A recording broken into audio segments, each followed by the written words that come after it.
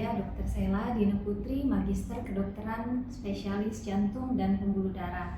Saat ini saya bertugas sebagai dosen tetap di program studi pendidikan dokter Fakultas Kedokteran dan Ilmu Kesehatan Universitas Muhammadiyah Sumatera Utara.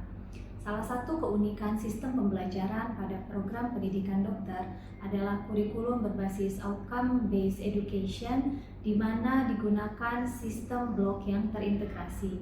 Mahasiswa akan mempelajari sistem organ secara utuh, mulai dari anatomi dan fisiologi dasar hingga ke tata laksana, manajemen, dan juga pencegahannya. Sehingga blok ini akan menggabungkan beberapa bidang keilmuan seperti ilmu kedokteran dasar, ilmu kedokteran klinis, dan juga ilmu kedokteran komunitas atau pencegahan yang diampu oleh beberapa dosen lintas departemen. Saat ini saya diamanahkan untuk mengampu beberapa blok. Salah satunya adalah blok Cardiac Prevention and Rehabilitation yang dilakukan pada semester 7 dengan beban 2 SKS. Nah, pada blok ini terdapat 10 CPL yang diturunkan menjadi 10 CPMK seperti yang tertera dalam RPS saya. Untuk memastikan CPMK tercapai dan terukur, saya menggunakan prinsip DIA, yaitu delivery, di mana materi akan disampaikan dalam 4 bentuk kegiatan. Yang pertama adalah kuliah pakar, yang kedua adalah small group discussion atau tutorial, yang ketiga adalah keterampilan klinis dasar yang dirancang seperti mini workshop, dan yang terakhir adalah field trip, di mana mahasiswa akan melihat langsung proses rehabilitasi di rumah sakit dengan supervisi dosen pendidik klinis. Kemudian dalam hal interaction, saya memastikan bahwa kuliah berjalan secara 2 arah dan juga mahasiswa biasanya diberikan pertanyaan pemicu dan juga dalam bentuk problem based learning pada saat SGD. Kemudian mahasiswa juga dipastikan memiliki cukup waktu untuk bertanya dan diskusi. Kemudian dalam hal assessment, penilaian dilakukan secara objektif sesuai dengan rubrik penilaian yang tertera dalam RPS. Beberapa nilai akan diambil, yaitu nilai report pada saat field trip, nilai kuis pada saat SGD, kemudian CBT pada saat ujian akhir blok, dan juga nilai attitude yang memiliki bobot penilaian seperti yang tertera dalam RPS tersebut. Berikutnya, saya akan menampilkan salah satu proses pembelajaran pada blok ini, yaitu kuliah pakar dengan topik Pharmacological Intervention in Cardiovascular Disease Prevention. Nah, pada mata kuliah ini terdapat 4 sub CPMK yang ingin dicapai. Yang pertama, mahasiswa dapat mengelaborasikan peran antilipid untuk pencegahan penyakit kardiovaskular. Yang kedua, mahasiswa mampu memilih antihipertensi yang tepat dan optimal. Yang ketiga, mahasiswa diharapkan dapat membangun strategi untuk penggunaan obat antitrombotik pada pencegahan penyakit jantung. Dan yang terakhir, diharapkan mahasiswa dapat menganalisis peran dari obat antidiabetes dalam pencegahan penyakit kardiovaskular. Pada kuliah ini juga saya tampilkan beberapa penelitian dan publikasi yang relevan dengan kasus, sehingga mahasiswa dapat lebih memahami dan menghubungkan teori ke dalam aplikasi klinisnya. Selamat menyaksikan. Assalamualaikum warahmatullahi wabarakatuh. Waalaikumsalam warahmatullahi wabarakatuh. Selamat bertemu kembali dengan saya di blog ini mengenai cardiac prevention and rehabilitation. Jadi hari ini kita akan melanjutkan topik yang kemarin, yang hari ini itu topik ketiga mengenai intervensi farmakologi pada pencegahan penyakit jantung dan pembuluh darah. Ya, jadi sebelum kita mulai, seperti biasa kita berdoa terlebih dahulu.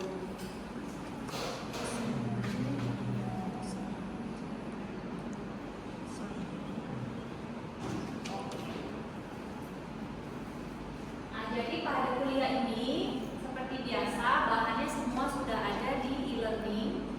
Udah pada buka baca? Sudah. Jadi referensinya yang saya pakai untuk kuliah kali ini tuh sebagian besar adalah dari pedoman yang dikeluarkan oleh Perhimpunan Dokter Kardiologi Eropa dari SJ tahun 2021. Juga ada pedoman dari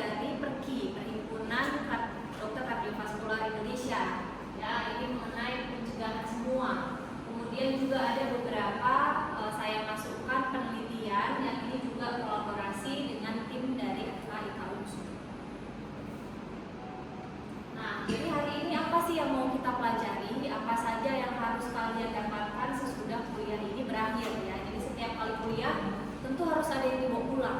Nah inilah yang mau kita bawa pulang hari ini. Yaitu yang pertama, adik-adik mahasiswa diharapkan akan memahami peran dari lipid lowering drugs atau obat untuk anti lipid. Kemudian dapat menentukan penggunaan antitrombotik tapi yang rasional, yang tepat indikasi. Kemudian memilih terapi anti hipertensi yang optimal. Kemudian kalian juga diharapkan dapat mengetahui peranan obat anti diabetes tapi untuk pencegahan penyakit kardiovaskular. Nah, seperti biasa nanti di akhir pasti ada diskusi ya.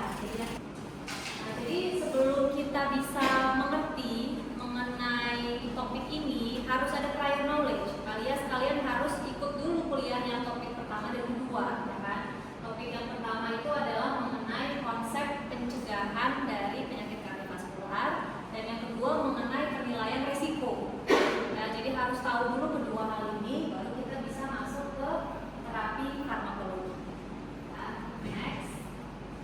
Nah, seperti biasa juga saya selalu mengulang ya. Kenapa sih kalian harus mempelajari topik ini? Nggak boleh kita belajar tapi kita nggak tahu manfaatnya apa, gunanya apa.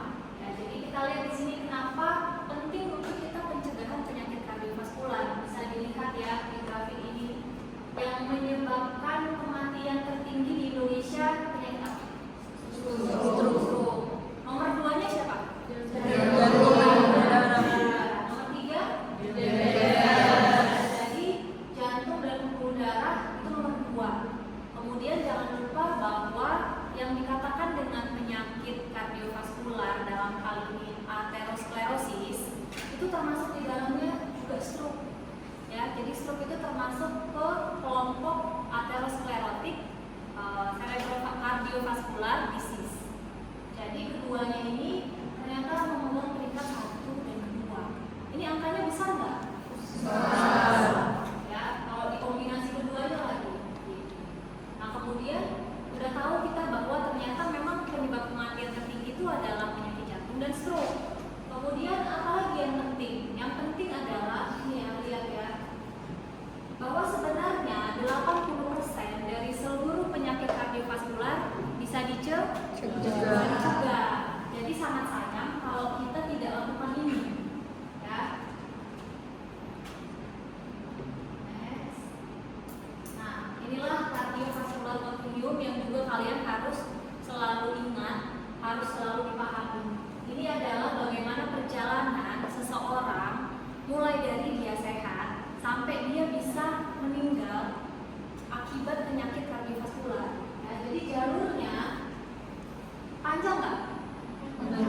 Banyak langkah-langkah yang harus dilewati dulu baru dia bisa meninggal sebetulnya.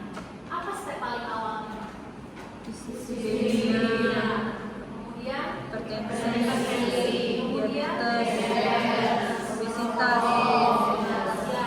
Jadi hal-hal ini itu masih awal.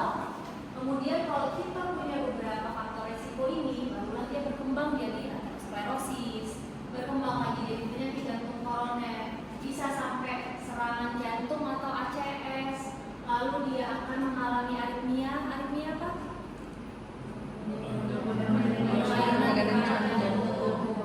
Kemudian jadilah dia gagal jantung, baru dia akan mengalami kematian. Jadi sebetulnya langkahnya panjang, berarti waktu kita singkat atau panjang? Jadi harusnya bisa kita coba semua supaya tidak ada lagi tadi itu kematian akibat penyakit jantung dan stroke. Siapa yang bertanggung jawab untuk pencegahan ini? Kita sendiri. Yang lain? Dokter apa? Jantung, betul, itu tugas saya. Lagi?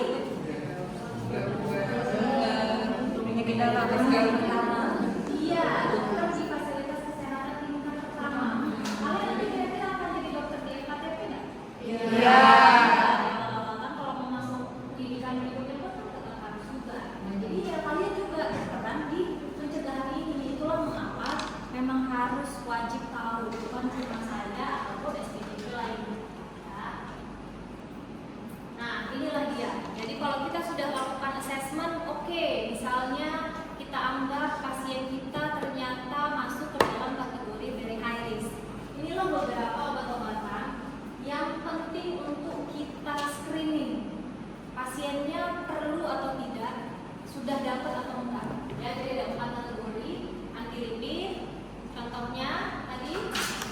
Simvastatin. Kemudian anti trombotik apa? Aspirin. Mana aspirin? Warfarin. Warfarin termasuk antikoagulan. Antitrombotik. Obrol. Kemudian ada antihipertensif dan juga ada anti diabetes yang dia punya efek protektif terhadap sistem kardiovaskular. Ya, inilah yang akan kita bahas. Oke, nanti lipid dulu. Nah, kenapa ya harus kita berikan? Rata-rata pasien jantung itu dapat tuh simvastatin atau vastatin itu dapat. Apa masalahnya? Kenapa harus diberikan? Lihat yang ini ya. Jadi ternyata penurunannya sangat signifikan dalam resiko kardiovaskular. Jadi contoh misalnya ada seorang pasien awalnya nilai LDL-nya 139 kita bilang. Nah, ketika kita berikan antilipid, terus kita cek kembali nih nilai kolesterolnya, ternyata LDL-nya turun jadi 100. Maka resikonya jadi turun berapa? 22%. Dan itu angka yang banyak. Itulah sebabnya memang harus diberikan statin. Nah, inilah salah satu atau beberapa manfaat dari statin ya. Jadi statin ini kenapa seringkali juga diberikan? Udah jelas dia menurunkan LDL tadi, ya kan? Kemudian dia juga ternyata dapat menurunkan oxidative stress. Ya, jadi seperti ACS itu sebenarnya terjadi inflamasi nggak di pembuluh darah? Ada nggak inflamasinya kira-kira? Ada. Jadi proses-proses akut stroke atau ACS itu ada proses inflamasinya. Nah, dia gunanya bisa menurunkan oxidative stress, menurunkan CRP juga. Kemudian dia juga dapat mengurangi disfungsi dari endotel. Ya, ini sudah dibuktikan dari berbagai penelitian. Ya, bahkan efeknya juga ada stabilisasi plak. Makanya waktu ACS selain kita berikan dual antiplatelet, kita tambahkan juga biasanya statin. Ya, juga saya dan tim kami membuat suatu penelitian. Ternyata juga dia punya efek yang baik dalam mencegah aritmia. Ya, jadi ternyata efek statin ini sangat baik. Next. Nah, kemudian yang ketiga ini mengenai anti-diabetic drugs. Apa hubungannya sama penyakit jantung? Kok tiba-tiba kita ngomongin ini ya? Tadi lipid lowering berhubungan, kemudian hipertensi sangat berhubungan. Diabetes gimana? Apa hubungannya dengan penyakit jantung?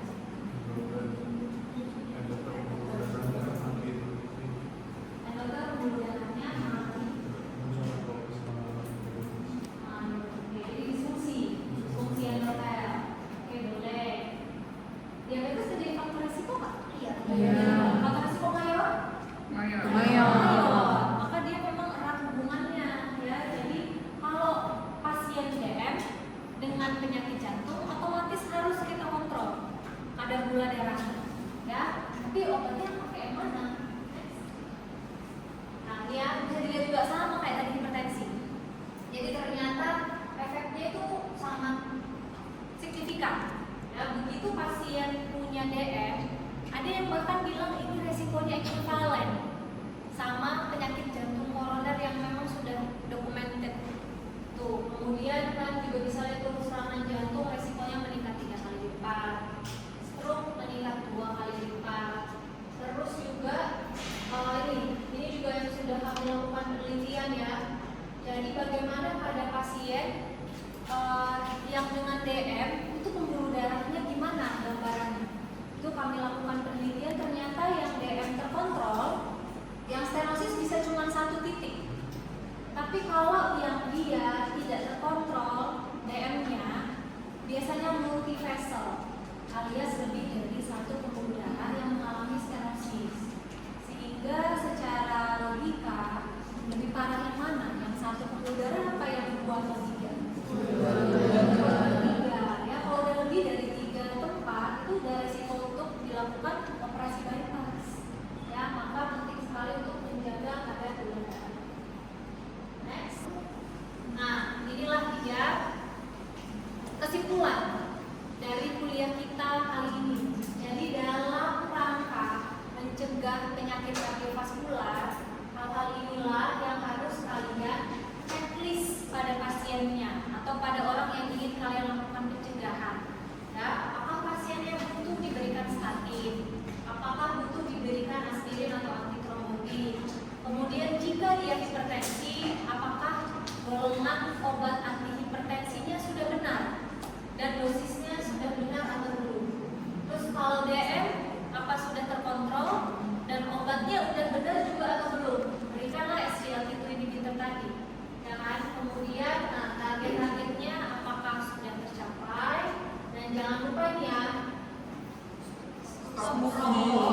modifikasi gaya hidup. Sama kelompok yang manapun tetap harus ada modifikasi Gaya hidup. Dan kalau memang dia sudah terdiagnosis, boleh masuk ke program cardiac recap yang nanti akan kita jawab di pertemuan-pertemuan berikutnya. Oke, nah ada pertanyaan sampai sini? Apa kira-kira? Boleh mengenai tadi anti-lipid, anti-trombosit, anti-hipertensi juga boleh. Apa kira-kira? Ya?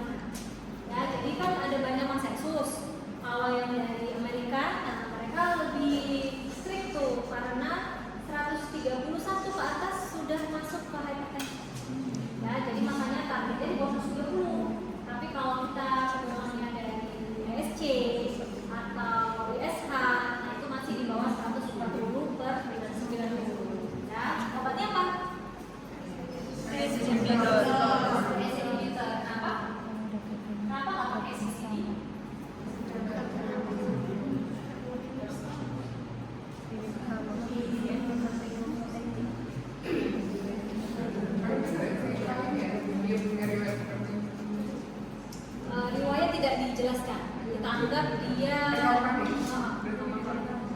pertama, karena lini pertama. Jadi kalau pemilihan obat anti hipertensi yang harus kita lihat itu nomor satu, dia punya komorbid nggak? Kalau punya komorbid, contoh diabetes, komorbid gagal jantung, komorbid PJK, komorbid gagal ginjal, ini namanya compelling indication. Maka yang paling baik diberikan ACE inhibitor gitu. Tapi kalau nggak punya, nah maka kita kalau pakai pedoman GNC boleh berdasarkan usia dan ras gitu. Jadi kalau usianya di atas 60 tahun, rasanya CCB malah gitu. Kalau di bawah itu baru ACE inhibitor atau ARB. Dosisnya berapa? Misalnya kita berarti tadi kan PJK ya, PJK termasuk compelling indication, maka dia obatnya ACE. Contoh obatnya real dosisnya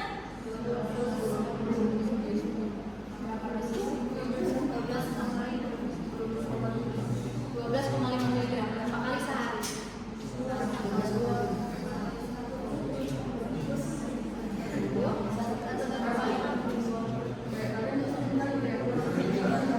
Kalau sekali sehari belum tepat.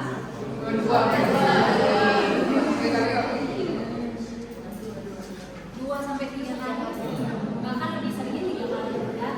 Jadi dosis minimal 12,5 mg, tapi itu seringnya pada gagal jantung sih. Ya, jadi boleh 12,5 mg, atau kalau dia belum tercapai berarti naik dosis 3 kali 25. Oke, jadi udah tahu ya. Jadi dari studi kasus ini bisa lebih tergambarkan kalau ada pasien memang nggak ada jawaban seperti mesin, nggak ada SOP-nya harus ini dan ini saja, tapi memang harus sesuai tadi profil pasien, risikonya dan komorbidnya tersebut. Oke, saya pertanyaan lagi kira-kira jelas.